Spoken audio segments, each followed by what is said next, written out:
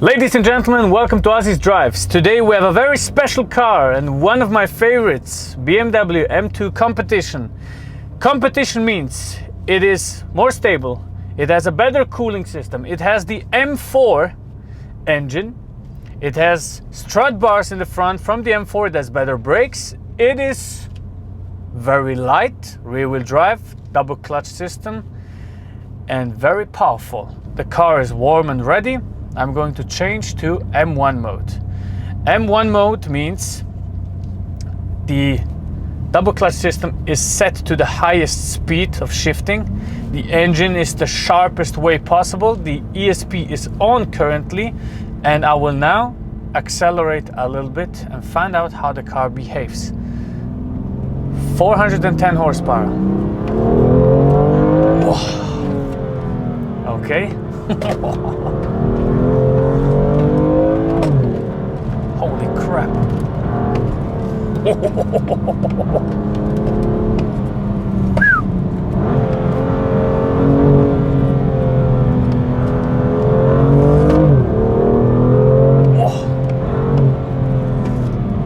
The approach of the steering wheel is kind of Gran Turismo like, so I feel like I'm more of gaming than actually driving, because the shifts happen so fast, everything happens instantly, and you don't feel that much of the road. So I wish for the steering wheel to be a little bit more, a little bit more responsive. That would be the right word for it. Yeah. Oversteer. And that's how I like it, to be perfectly clear with you. It's a very dangerous little car, but I like it. How about the experience on the Autobahn, just on a comfortable drive? So because the car has a lot of new developments, like of course the engine from the M4, and it's more of a sporty setting. It has kind of a better cooling flow, so the car is just trimmed for performance. That's why it's called the Competition. You can still drive it comfortably, but if you want to drive this car, it's not going to use, let's say, less than 10 liters. I don't know what they've done, because I know of some M4s that you can actually drive on 7.5 liters, which is insane, but this car, it's just not possible. I don't know what the difference is between those two cars. Of course, the M4 is a little bit heavier, but you can't bring this car to under really 10 liters at 100 kilometers. And something interesting also is the car has less power than an M3, M4 from the F82 generation, but it has the same engine, so it's slightly detuned. And I wouldn't say that I can, it's difficult to say that I can tell that it has been detuned, if that makes any sense to you. But what I can tell though is that the potential of this engine is not reached yet. We know that the M4 and M3, they tend to push to 480 horsepower, or 460 horsepower, although they only should have 430 in the first version. But with this car, I can tell that they managed to just set it on those 410 horsepower, so it doesn't get faster than the M4 in my opinion. So I can tell that with the characteristics of the engine. It's really, when you drive a lot of cars, you can tell, okay, this engine could actually feel some more boost, or it could take some more boost. That's what I want to say. So I can tell that with M2 Competition. It's a car that is great in driving daily. It's great as a sports car, and it's going to be great as a very easy weekend driver. So it's kind of, it can do everything good, but it's not the best in what it does. Okay, so an all-rounder kind of. Okay, second gear, sound is fantastic. Great, let's go.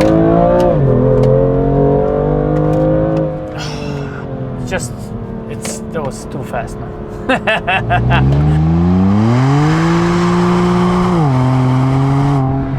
That was too fast, man. Oh man, I just like BMW, really. A lot of people tell me in the comment section, you're too much of a BMW fan, BMW fanboy, but how could you not be? I mean, it's brilliant. Third gear, fourth gear, fifth gear. I mean, it's so fast, it's so brilliant. It's tackling sports cars. It's just wonderful. It's wonderful to experience. And when you compare it to the AMG, guys, I mean, how many of you are actually tracking your AMGs? How many of you are going to the Nürburgring and experiencing it full blast on, left, right, all those corners, 21 kilometers of pure badass drive? Not a lot of people. Ask the BMW community. A lot of people are tracking those cars, and it feels brilliant. It is so fast. It is really, really handsome to look at. It's beautiful to drive. It's just like they tell you, it's a sheer driving pleasure. The only thing I don't like about the M2 competition is the way the steering wheel feels. This is really, I mean, that's not good, man. Really, I don't feel anything. I drive over those bumps. It's literally, I can't tell if I'm driving over bumps, what kind of surface I'm on. The steering wheel is not good at all. I don't like the steering wheel at all, to be perfectly clear. So not everything is just great on those cars, but otherwise, I mean, it's difficult, you know, when you get into I don't know, like a CLA 45S or something like that, you can tell that it's the entrance model of the AMG line, although they look very beautiful.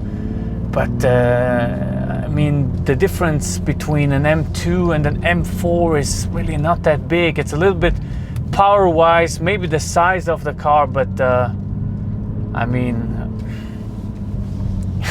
there's really not that big of a difference, really. Maybe the appearance, maybe the way people feel about it. The M4 looks a little bit more badass, but the M2 is just a brilliant driver's car. It's an absolute brilliant driver's car that you can experience all day, every day. So you have seen the BMW M2 competition in action, a brilliant driving experience. Now we have to talk about the differences between this car and the normal M2 from the outside. So the design has been adjusted as well. Looking at the front, we have bigger kidneys for more airflow. We have some black elements that are marking this competition style even more. Here on the side, for example, we have this beautiful Hockenheim ring gray color, a different wheel set, very beautiful also, and this double wing rear mirror with those arms here that are also very nicely made.